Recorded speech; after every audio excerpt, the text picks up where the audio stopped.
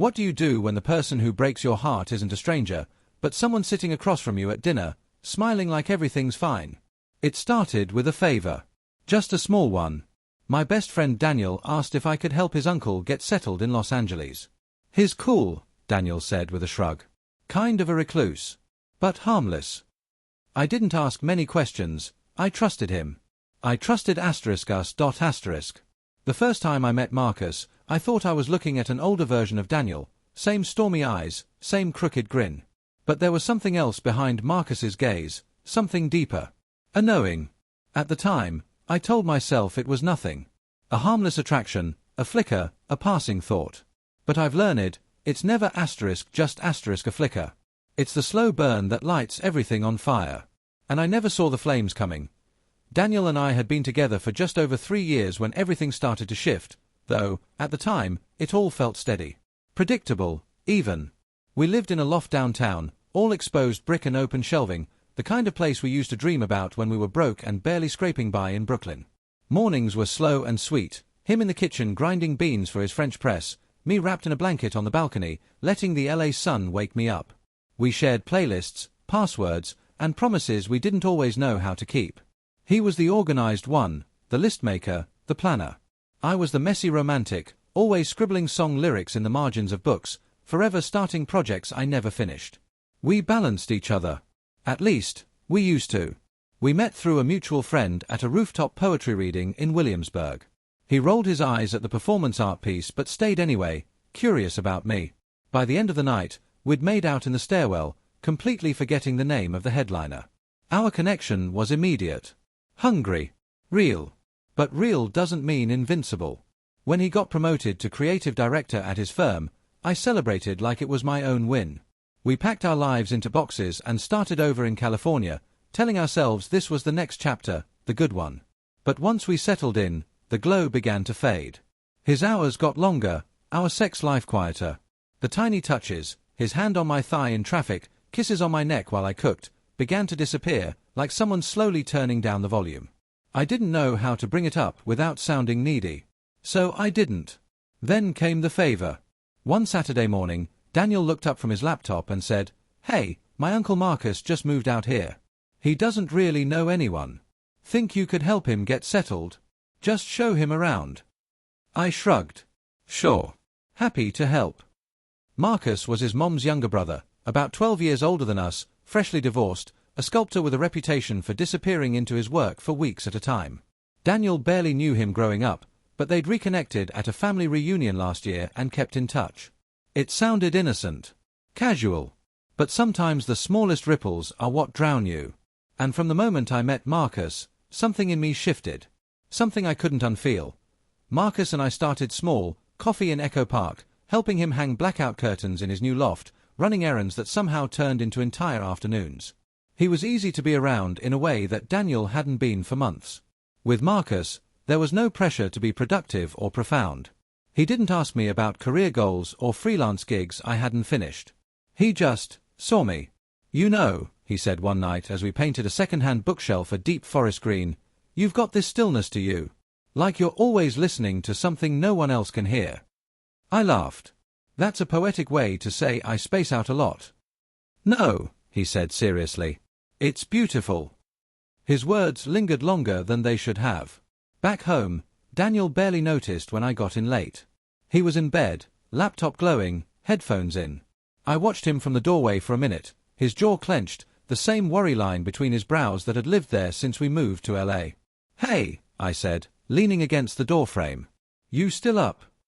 He pulled out one earbud. "Working on a pitch. Sorry. Want some tea?"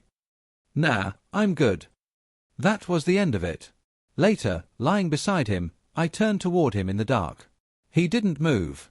His breathing was shallow, awake. I wanted to say, "I miss you. When did we stop being us?" But the words wouldn't come. Instead, I said nothing. Again. And so did he. The next few weeks were a blur. Marcus invited me to an art show downtown, one of those warehouse gallery spaces with too much exposed pipe and not enough heat. He introduced me to other artists, touched the small of my back when he leaned in to whisper jokes, like we were in on something private. Afterward, We sat outside under a space heater with 2 glasses of wine and a shared silence I didn't want to end. "Are you and Daniel happy?" he asked. I blinked. "That's a loaded question." He smiled. "Is it?" I paused. "We were. Maybe we still are. I don't know. Things have changed." "Change isn't always bad," he said. "Sometimes it's just evolution." And then he looked at me, not just looked but search star. Like he was trying to read something in me that even I didn't understand. I felt exposed. And alive. At home, things were unraveling in slow motion. Daniel grew more distant. Shorter answers. Less eye contact. One night, I brought up our anniversary, just a casual, "we should do something." He shrugged. "I don't know if I'll be able to take time off this month. Can we keep it low-key?" Low-key like last year, when we forgot it entirely. I meant it as a joke, but my voice cracked. He looked up from his screen. "What do you want from me?" "I want you, I said. "That used to be enough." He sighed, rubbing his temples. "Don't do this tonight. Please." So I didn't. Again. Instead, I texted Marcus the next day. "You around?" "Always." We met in Silver Lake, under a jacaranda tree blooming purple petals like confetti. I didn't mean to say much. But once I started, it all came out, how I felt like a ghost in my own relationship, how I missed being wanted, how I was scared Daniel was falling out of love with me but too afraid to ask. Marcus listened. He always did. And when he touched my knee, it didn't feel wrong. It felt like coming up for air. Still, I told myself I could stop this before it went too far. That I hadn't done anything yet. But guilt is sneaky. It doesn't wait for the affair to begin. It starts the moment your heart leans somewhere it shouldn't. That night, Daniel kissed me before bed. A soft, absent-minded kiss. But it felt off. Like he was kissing a version of me he no longer recognized. And I was starting to agree with him. It happened on a Wednesday. Unremarkable in every other way. Grey sky, faint drizzle, LA pretending it had seasons. I was cleaning the kitchen, half listening to a podcast when Daniel walked in early from work, his coat damp, his eyes unreadable. "Hey," I said, wiping my hands on a dish towel. "Everything okay?" He didn't answer. Just stood there, holding his phone like it was something fragile or dangerous. "I went to text you earlier," he said, voice tight. "But your message thread was already open." My blood ran cold. There it was, the moment. The drop. The unraveling. I opened my mouth, but nothing came. He held up the screen. "You around. Always. His lips pressed into a thin, bitter line. "Marcus." I swallowed hard. "Daniel." "How long?" His voice was quieter than I expected. Worn thin, like paper soaked in rain. "How long has this been going on?" I started, then stopped. Because technically we hadn't done anything. No kissing. No sex. No nights tangled up in sheets. But that didn't mean we were innocent. Daniel saw the hesitation. "You didn't sleep with him," he said. "But you were with him." "I was lonely I said, a sharp desperation creeping into my tone. "You stopped seeing me months ago, Daniel. I kept waiting for you to come back and—" "So you found someone else to see you," he snapped. "My uncle." He laughed, short and cruel, like the sound scraped his throat on the way out. "This is insane." "It wasn't planned," I said softly. "It just happened." "Things like this don't just happen he shot back, voice cracking. "You made a choice." "I didn't want this," I said, tears stinging.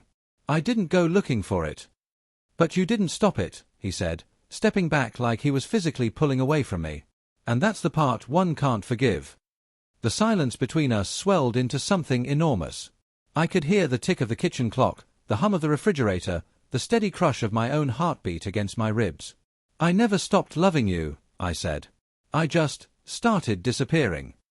He looked at me then, not with anger, but something worse. Disappointment. Grief.